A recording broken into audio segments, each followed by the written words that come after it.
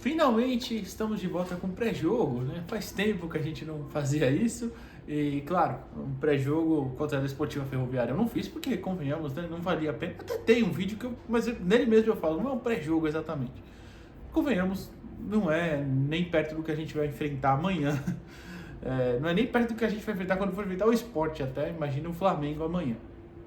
E eu não sei se eu cravo, mas assim, sei lá, acho que eu cravo. Amanhã é o jogo mais difícil que a gente vai ter no ano, porque o Flamengo é um time muito, muito bom. E é sobre isso que a gente vai falar aqui hoje, tá bom? Nesse pré-jogo de Santos e Flamengo. Antes, eu peço para você deixar o like aqui no vídeo, se inscrever no canal. Se você quiser se tornar membro, também fique à vontade, ajuda bastante a gente. Qualquer uma dessas coisas que você fizer, tá bom? Inclusive, para os membros do canal, hoje teve outro vídeo exclusivo. Já foram 2 essa semana. E tem um post lá na aba comunidade que eu postei acho que quinta-feira passada. Se você puder dar uma olhadinha lá, tem uma perguntinha para vocês. Outra coisa, Barraca Burger, @Barraca Burger _ lá no Instagram. A hamburgueria que te oferece uma grande variedade de lanches, com lanches autorais que são muito bons e vindo pelo canal Jogo Falado, né? Você pedindo lá no @Barraca Burger _ no Instagram, barraca escrito com K, tá bom? Você tem 10% de desconto se você falar cupom Jogo Falado ou falar vim pelo canal Jogo Falado. Ou claro, se você for até o Barraca, que é lá na Avenida Siqueira Campos 107, tá bom? Você vai ter esse descontinho de 10% e já ajuda ali, porque o lanche é bom demais. Tem porções também de fritas, onion rings, aqueles doces também maravilhosos. Tem um cheesecake de limão, ó, coisa linda. Então, vai lá, pede lá no Barraca Burger, experimenta e usa o cupom Jogo Falado, tá bom? Segue eles lá no Instagram, @Barraca Burger _ Bom, vamos lá. Pré-jogo, eu vou falar as escalações, situação, a tabela, nem precisa. Vou começar até com isso, mas não precisaria, né? Mas assim, só para dar um sustinho. Na gente, né? O susto. É a 14ª rodada do campeonato. A gente vai fazer o 13º jogo, né? Porque a gente tem o jogamento do jogo do Palmeiras adiado. O Flamengo também teve um jogo adiado, acho que foi contra o Mirassol, o Sport, sei lá, alguma coisa assim. O Flamengo é o líder da competição, é o Sport, o jogo do Flamengo atrasado, né? O Flamengo é o líder da competição com 27 pontos, tem uma derrota nos últimos 10 jogos, que é pro Bayern de Munique, só isso, né? Meu Deus.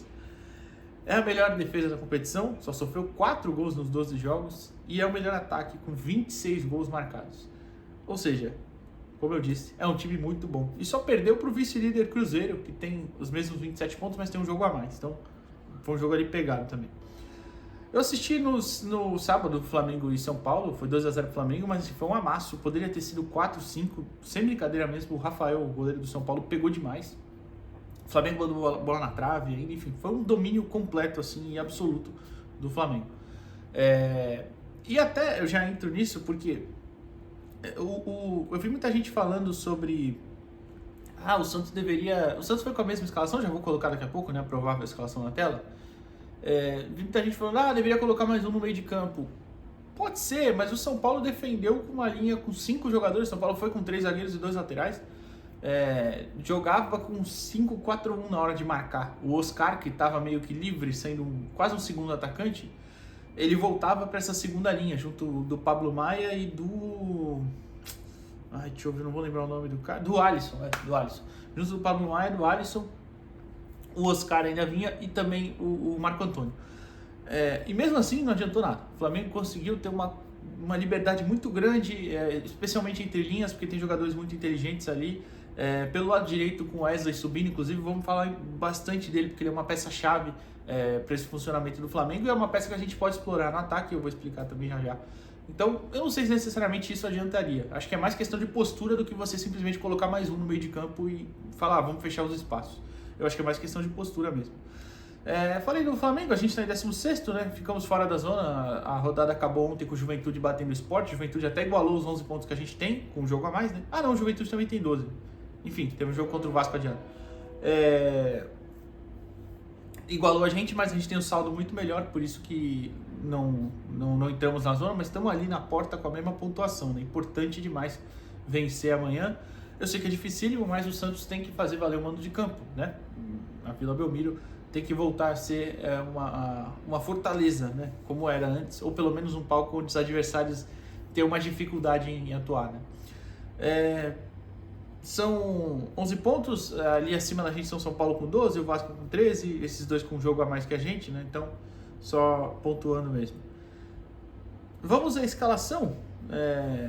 O Santos, eu vou colocar 3 campinhos, eu acho, ou 2, que eu tinha separado pelo menos.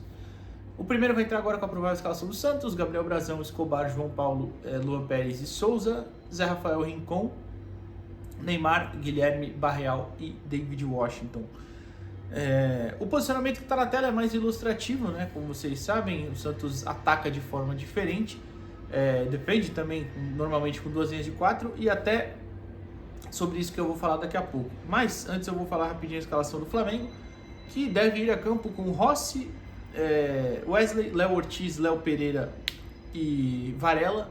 O Flamengo tem desfalque de 2 laterais esquerdos, o Alexandro e o Ayrton Lucas, e o Varela deve ser improvisado, né? O Varela é lateral direito. No meio, Jorginho, Alan e Arrascaeta. Na frente, Luiz Araújo, Bruno Henrique e Plata. Só que também é meio que uma coisa mais ilustrativa. O Flamengo ataca com um sistema bem diferente. E agora, nesse campinho que eu vou mostrar para vocês, eu vou tentar explicar. Eu imagino, coloquei o Santos defendendo com 2 linhas de 4 normalmente. Eu imagino que vai ser assim. Vamos ver amanhã. Mas o Flamengo, quando ataca, faz no mesmo 3-2-5 que o Santos, com a mesma premissa, mas movimentações muito diferentes, né? O Flamengo ataca nesse 3-2-5. Eu coloquei o Alan dessa vez aí voltando como terceiro zagueiro, porque Léo Pereira e Léo Ortiz são bons passadores, Léo Ortiz ainda mais. O Alan é um bom passador também, mas acho que em nível normal, digamos assim. Então, o Jorginho normalmente vai ser esse cara até, de organizar o jogo, porque o Jorginho lê muito bem o jogo entre linhas, ele consegue se desmarcar muito bem, então isso é crucial o Santos ter alguém sempre próximo a ele, porque ele é um jogador que costuma achar bons passes quando tem uma certa liberdade. Coloquei o Varela mais próximo, porque normalmente o Alexandro ou o Ayrton Lucas, né, são laterais esquerdos mesmo, eles ajudam na construção, bem próximos ali à linha lateral, o Ayrton Lucas até subindo um pouquinho mais. Só que dessa vez, o Varela, por ser um cara improvisado, joga no pé trocado, eu não sei qual vai ser a dinâmica de funcionamento. Então eu deixei ele mais ali, não subindo tanto. E aí a linha da frente do Flamengo é que é um grande problema. Por quê? O Wesley é um lateral muito agudo e ataca muito, ele é praticamente um ponta. Toda hora, olha o jogo contra o São Paulo, se você não viu, até contra o Bayern de Munique, ele é muito o cara do corredor. Ele vai muito no corredor, a todo momento ele tá lá pra cima. E o Luiz Araújo, que é um ponta habilidoso, né? É um ponta direito canhoto, né? Ele corta pro meio, ou seja, inclusive fez um belo gol contra o São Paulo assim, né? Então ele trabalha um pouco mais por dentro, mais ou menos igual o Barreal faz no Santos, só que o Luiz Araújo é um jogador mais ágil, melhor num contra um. Acho que é o melhor finalizador também que o Barreal. E o Barreal já nem é muito a dele, ele mesmo já falou ali, né? Mas enfim. Então, você tem o quê? O Luiz Araújo mais próximo por dentro e o Wesley atacando esse corredor. E aí no meio, você tem o Arrascaeta atacando os espaços que o Plata deixa. O Plata fez muito isso contra o São Paulo. Ele sai da área para tentar atrair um dos zagueiros. Se você tem o seu zagueiro acompanhando, você vai abrir um grande espaço atrás e o Arrascaeta ataca a área, o Bruno Henrique ataca a área. Então é um grande perigo. Se o zagueiro fica e não sobe, aí o Flamengo normalmente tem uma superioridade em frente à área, né? Que aí você fica, em teoria, com os 2 volantes ali para marcar a frente da área, no caso do Santos, o Rincon e o Zé Rafael, e aí você teria o próprio Arrascaeta, o Plata, o Luiz Araújo aproximando, então a superioridade do Flamengo ali se dá por isso também. Então o Plata faz muito essa movimentação. Eu estou muito curioso para ver o que o Santos vai fazer para marcar isso, né? Se vai realmente mandar o zagueiro subir, ou se vai fazer a troca de marcação, com o zagueiro subir quem tiver mais próximo, só seja ele o Arrascaeta, o Luiz Araújo, e o volante pegar o Plata, enfim. E o Bruno Henrique também, que é esse cara mais aberto na esquerda, né? Mas é um jogador de velocidade, não tem mais a mesma velocidade do auge, mas ainda assim é um jogador bem rápido e que ataca muito bem a área também, né? Então, essa linha de frente do Flamengo é realmente muito capacitada. Então, o Santos, eu imagino que vai ter alguma dificuldade nas laterais, mas falei do Wesley até em específico antes, porque eu não sei até que ponto o Guilherme vai ser esse cara de voltar para marcar com o Souza, mas eu acho que vai exigir um esforço ainda maior dele nessa partida. Vai exigir um esforço que normalmente, não que ele não faça, mas vai ter que voltar ainda mais. E aí que é o grande problema, na hora de atacar. Eu acho que o Santos não vai ter tanto a posse de bola, né? E o Santos pode apelar para a bola longa.